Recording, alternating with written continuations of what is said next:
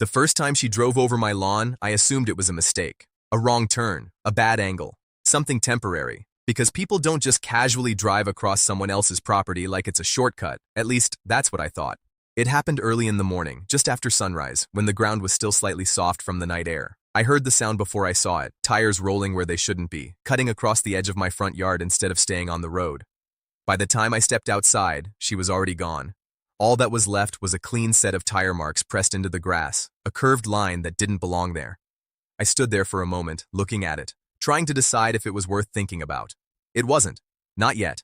So I let it go. The second time, it wasn't a mistake. Same path, same angle, same set of fresh tracks cutting across the lawn like it was part of the street. This time, I saw her. She didn't slow down, didn't hesitate, just drove straight across like it was completely normal. That's when I knew this wasn't accidental. It was intentional. I walked out toward the edge of the property, watching the tracks settle into the soil again, slightly deeper this time. Grass doesn't recover instantly. It remembers pressure, and repeated pressure turns into damage. Still, I didn't react right away. Because people sometimes need one clear moment to realize what they're doing. So the next morning, I waited. Right around the same time. And sure enough, there she was again. Same car, same shortcut. This time, I stepped forward just enough to be visible, not blocking her, not aggressive, just present. She saw me. I know she did, because for a split second her eyes shifted in my direction, and then she kept going. Didn't stop, didn't wave, didn't acknowledge. That told me everything. This wasn't ignorance. This was choice. Later that afternoon, I walked over to her house. 3 doors down, HOA sign right out front. That part didn't surprise me. She opened the door with the kind of expression people have when they're already expecting a complaint. "Yes?"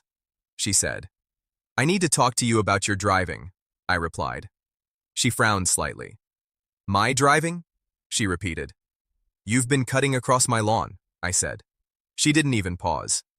"It's just grass," she replied. "Just grass." That was her entire explanation. "It's my property," I said.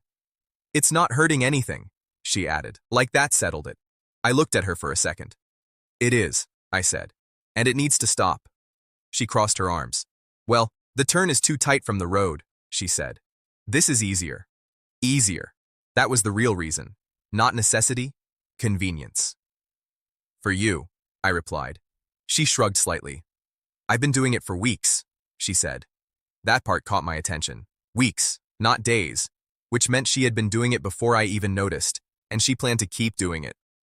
"You can't use my property as a shortcut," I said. She didn't argue, didn't apologize, just gave a small dismissive nod. "I'll think about it," she said. That was the end of the conversation, not because it was resolved, but because she had no intention of changing. The next morning, she drove over it again. Same line, same speed, same complete disregard. By the end of the first week, the grass was already showing damage, not destroyed, but worn, flattened in a way that didn't bounce back. By the second week, it was worse. The soil underneath had started to compact. The color changed, the line became permanent, a visible path where there shouldn't be one. I tried one more time, knocked on her door. Same response. "It's just grass." That phrase again, like repeating it, made it true. By the third week, I stopped talking. Because talking only works when the other person is willing to listen. She wasn't. She had already decided the outcome. So I started observing instead. Time of day, speed, exact path, every detail. Because if you're going to deal with something like this, you don't react emotionally. You understand it first. And what I understood was simple. She wasn't going to stop. Not because she couldn't, but because she didn't think she had to. And that's when I realized something. This wasn't about the lawn. It was about boundaries. She didn't see one. So I was going to make it visible, not with a sign, not with an argument, but with something she couldn't ignore. Something that wouldn't damage her car, wouldn't cause harm, but would make one thing very clear. This wasn't a road, and it never was. So I started planning, carefully, because the best solutions aren't loud. They're precise, and once they're in place, they don't need to be explained, they just work. By the start of week 4, the line across my lawn didn't look like damage anymore. It looked like a path.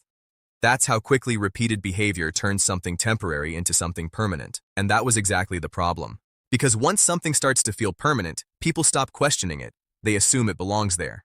She had stopped even glancing at the yard when she drove over it.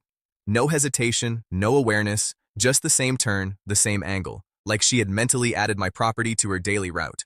So I made a decision. Not to block her, not to confront her again, but to change the experience. Subtly, carefully, and completely within my own property. I started with the ground. The section she used most had become compacted, meaning water didn't drain properly anymore. That gave me an opportunity to reshape it slightly without making it obvious. I loosened the soil in that exact track, not enough to create a hole, not enough to be dangerous, just enough to remove the firmness that made it feel like part of the road. Then I added something else. A reinforced grid layer just beneath the surface in a slightly different section of the lawn, offset from her usual line. It was designed to support weight and prevent damage, commonly used in landscaping to protect grass from occasional vehicle use, but I didn't place it where she normally drove. I placed it where someone would instinctively move if the original path suddenly didn't feel right. That was the key. Not forcing a reaction, guiding one. From above, everything looked the same. Grass level, color consistent, no visible markers, nothing that would signal a change. But underneath, the experience was different.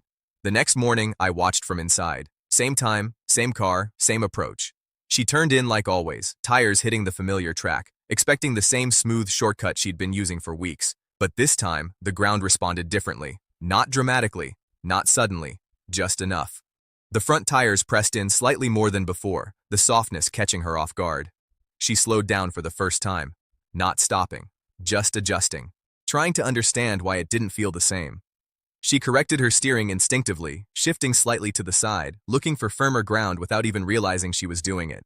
And that's exactly where the reinforced section was. Her tires rolled onto it smoothly, stable, solid, comfortable. So she followed it, without thinking. Because that's what people do. They move toward what feels easier. She completed the turn and drove off like nothing had happened. But something had. The path had changed. And more importantly, she had changed it herself. The next day, she followed the new line immediately. No hesitation, no adjustment. Because now, in her mind, that was the correct route. And this time, it ran slightly closer to the center of the lawn, more visible, more exposed, more obvious to anyone looking from the street. That mattered. Because before, her shortcut could almost be ignored. Now it couldn't.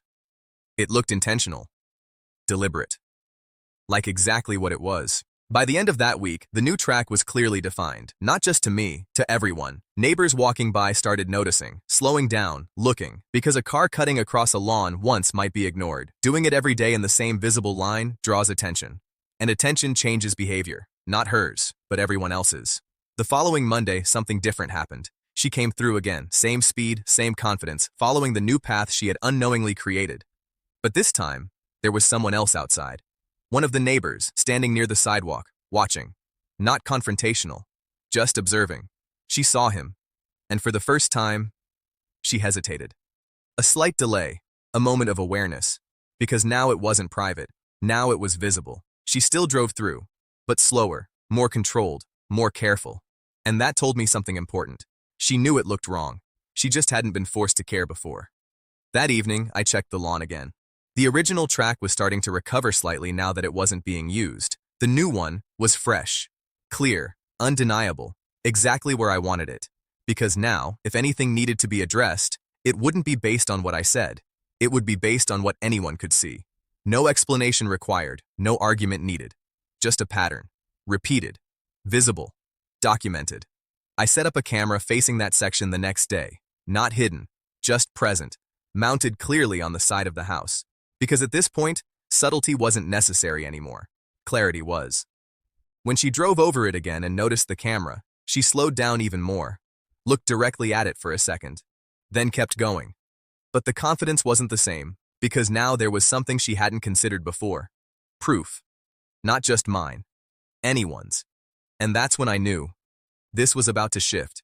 Because people who ignore boundaries can keep doing it as long as it feels invisible. But the moment it becomes visible, the situation changes. And this time, I wasn't going to say anything. I was just going to let the situation build, exactly the way it needed to, until the next move wasn't mine. By the start of week 6, I didn't need to watch the camera anymore to know what was happening. The lawn told the story on its own. 2 separate tracks, one fading, one fresh, one from before, one from now. Clear enough that anyone walking by could see exactly what had been happening without needing an explanation. And that was the point. Because once something becomes visible, it stops being deniable. The camera stayed where it was, mounted on the side of the house, angled just enough to capture the full path from entry to exit. Not hidden, not subtle, just present, like a quiet statement that nothing about this was going unnoticed anymore. She still drove over it, every day. But slower now, more aware. Not because she had decided to stop, but because she had realized she was being seen. That's the difference. Some people don't change their behavior when they know it's wrong. They change it when they know it's visible. The shift didn't come from her. It came from everyone else.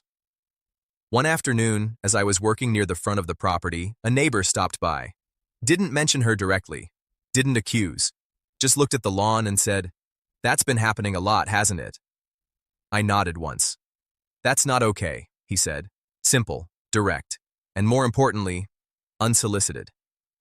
That's when I knew the situation had moved beyond just me. Because once other people start noticing something like that, it stops being a personal issue and becomes a community one. 2 days later, the HOA sent a notice. Not to me. To her. I didn't see it directly, but I didn't need to. I saw the result.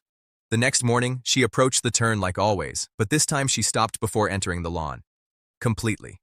For the first time in 6 weeks. She sat there for a moment, engine idling, looking at the path, then at the camera, then back at the road, trying to decide. Because now, the situation wasn't the same as before. Before, it felt private. Now, it felt observed. Before, it felt convenient. Now, it felt questionable. She adjusted her wheel slightly, attempted the proper turn from the road. It was tighter, less comfortable, required more attention, but it was possible. She made it through, slower than before, but without touching the lawn. Then she drove off. That was it. No confrontation, no argument, no final conversation at the door. Just a decision, made quietly.